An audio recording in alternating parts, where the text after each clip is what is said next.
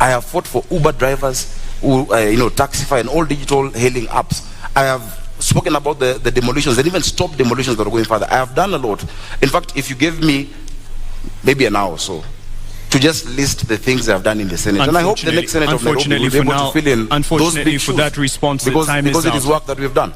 Let's push on with that aspect then on. You talk about not having enough funds allocated to Nairobi given its place in the nation.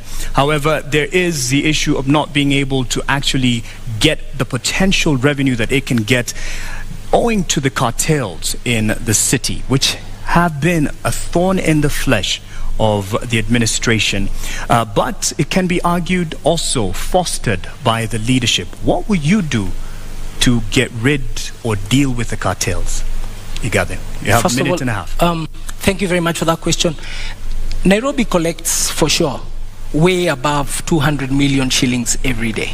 But what ends up in Nairobi coffers is around and about roughly 40 million a day. So over 160 million shillings is lost every day. That's the fact. We've had a senator whose work is also oversight. And Senator Sakaja, you had a chance to be seen in this country oversighting the county of Nairobi. When push came to shove and the impeachment question came to the floor of Senate, it's up to Kenyans to see how you voted. Not only did you did not even take a decision, you abstained. You walked away from the conversation. We have not seen you.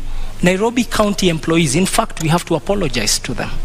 They do unbelievable. Their salaries are delayed.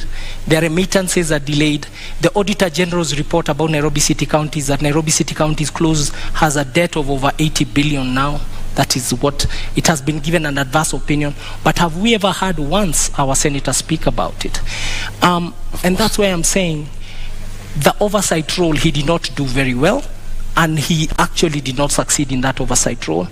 But the cartels we will deal with, because we have the numbers and we know who they are, and you have seen them even in the campaign season trying to fight and hide behind certain Sakaja, una muda wa dakika moja unusu kujibu. I'm actually quite tickled that Polycarp Igade can talk about push coming to shove and me not making a decision. Before even push came to shove, in like 4 or 5 months, Polycarp Igade quit on the people of Nairobi. In fact, that should have come in the question of integrity. Because when you talk about public trust, chapter 6, at the expense of private convenience, that is the question that we must answer. It did come up before you, right? The question on impeachment.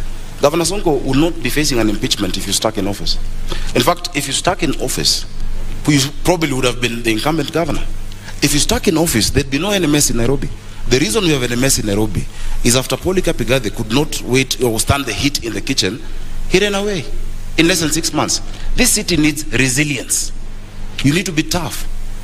You cannot say that you have betrayed 800 and I think, how many votes did you guys get? 40 or something thousand votes, 840,000 votes, because you could not get the trust of one individual, yet 1 million Nairobians have given you the public trust.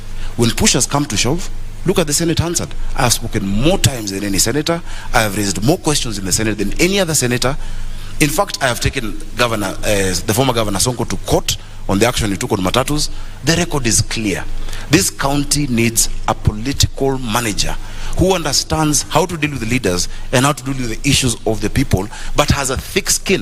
In fact, if half of the tribulations I'm facing right now in my bid were on Polycarp, Azimio would have no candidate. But I have stood. Your time is out. You've stood. You ran off. He'd have quit.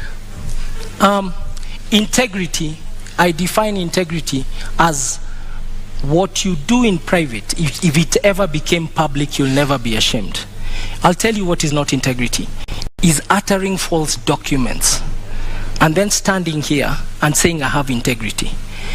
Go to the website of the East African of EACC. Go to the website of IBC. Check the university governors, Sakaja, Senator Sakaja. No, let me go. Go and check what Senator Sakaja cited as his degree in 2017. It's a public document. And then look at the degree he's saying it is today. We don't even know who he is. Is your name really Sakaja? Nairobi, careful, all of us, careful. We can no longer entertain charlatans in positions of high national responsibility. And charlatan is not an insult. It's people of questionable integrity. It's people and individuals who come to steal from you wholesale to distribute retail to their friends. And I submit to you, the man to my left will do exactly that. Careful. Sakaja, I think the man to my right did exactly that by running away from the mandate given to him by Nairobians. Actually, the entire mess we have in this city. Because when he ran away from office, and I think he said somewhere because he got a bigger salary somewhere, I don't know. This city went into a spiral. I assure you, even the drafting of the articles of transfer, I had to be involved because we had to rescue Nairobians. And he ran away from that public office. Now, if you cannot withstand the heat of a deputy governor, you can't run Nairobi City County.